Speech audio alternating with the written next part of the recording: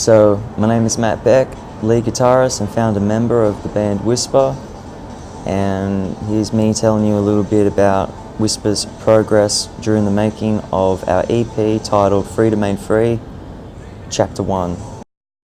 Everything that happened between December of 2015, Boxing Day, which is the death of one Dale Thrift, our original singer of Wysper, who passed away. He got very sick, and you know, I was with him pretty much through that time of him in hospital, you know, by his bedside. You know, I went and saw him a couple of times, and we had that chat, we had that talk, you know, and it was a really, really heavy conversation. One of the last things that he said to me was, you know, in his way, he said, "Bro, you got to keep the band going. Don't just stop because of me, man." He said, "You know, you got these songs.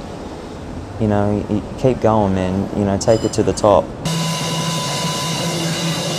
It took me quite some time to get over it all, man. Like, you know, it was like literally like 5 to 6 months of just pretty much sitting at home, just pacing up and down, just, you know, racking my brain and just, you know, dealing with all this heavy shit that just happened. It was just like, you know, it's not the most easiest thing to just sort of go, okay, that happened, next. You can't, it's just inhuman, and it just doesn't happen like that. But the power of music is always in me. You know, I always want to play.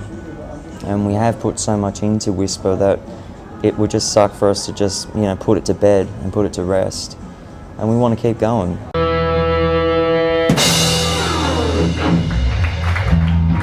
Shane and I had a big chat, a big discussion about what we wanted to do with the band.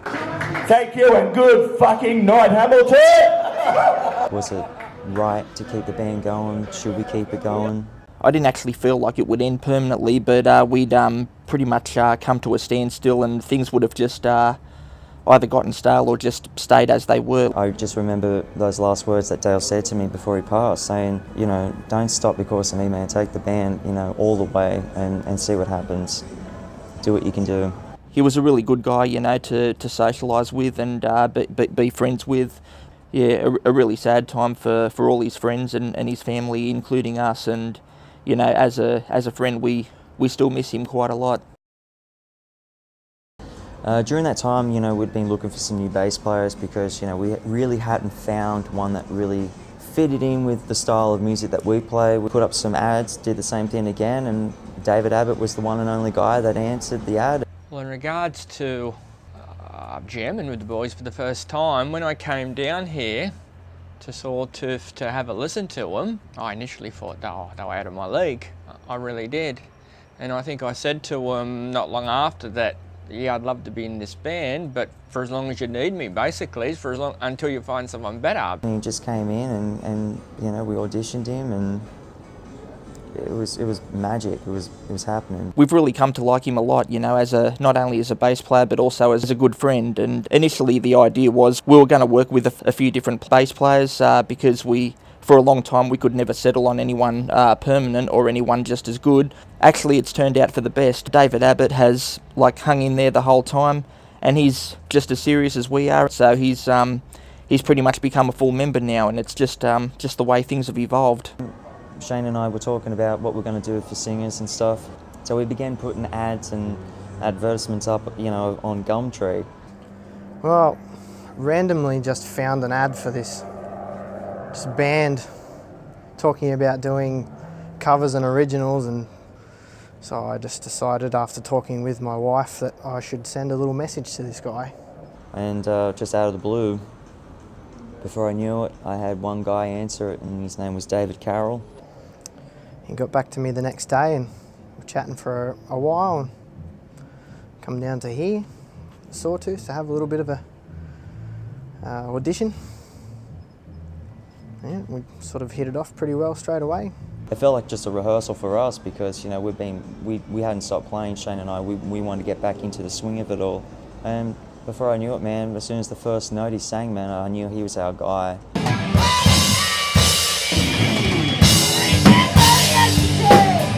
David Carroll, he's like the ultimate rock singer in this area, right?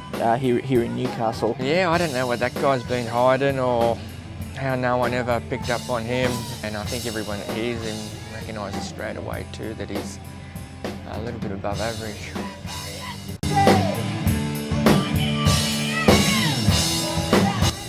started playing drums when I was about 17. I was in a fair few cover bands. I was only ever in one original band. I only played like 3 times to nobody for nothing. Yeah, and then I was in a band where I was singing behind the kit and I was better than the singer, so I thought I'd better have a go at this. And he pretty much was telling me all of his influences. You know, he's into Whitesnake and he's into David Coverdale's voice. And technique-wise, I'd have to think Sebastian Bach would be very highly up there. David Coverdale, Ronnie James Dio, Miles Kennedy. he likes, you know, all the good 80s stuff, but he also likes, you know, songwriting and the power of the, you know, to the melodic side of music and the vocal side of things, you know, and the high register of Bruce Dickinson and Rob Halford. Yeah, Bruce Dickinson, he was there. Rob Halford's definitely a bit of Rob Halford in there. Yeah, Sammy Hagar is one of my favourite singers. I cannot sing like that guy.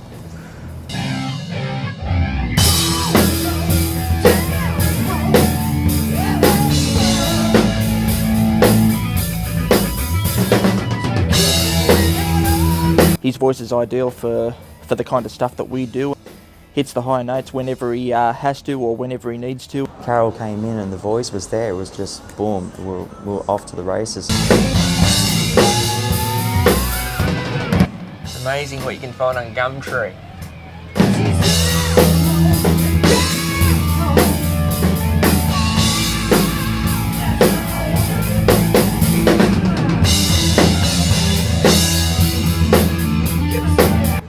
Carol said, "Do you guys know any Maiden?" And he said, "Flight of the Icarus." I'm like, "You're kidding me."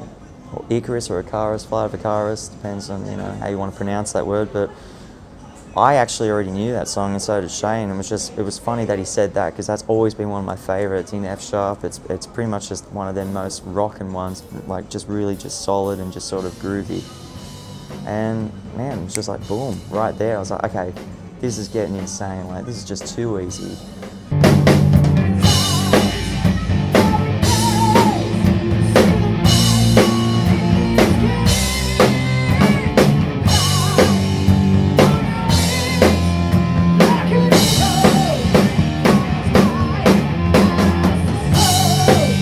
It's been really great the last few months, like working with David, and on the visual side, David is he was a little more placid, like when he first came to audition and all that, and is always going that extra mile to come out of his shell. It's like he's learning on the job pretty much. When we go on stage, each time we have a gig, you can watch David Carroll do his thing and be totally blown away, because he's now leaving his mark on stage, and yeah, he's getting better and better as he goes along, and that's always good to see.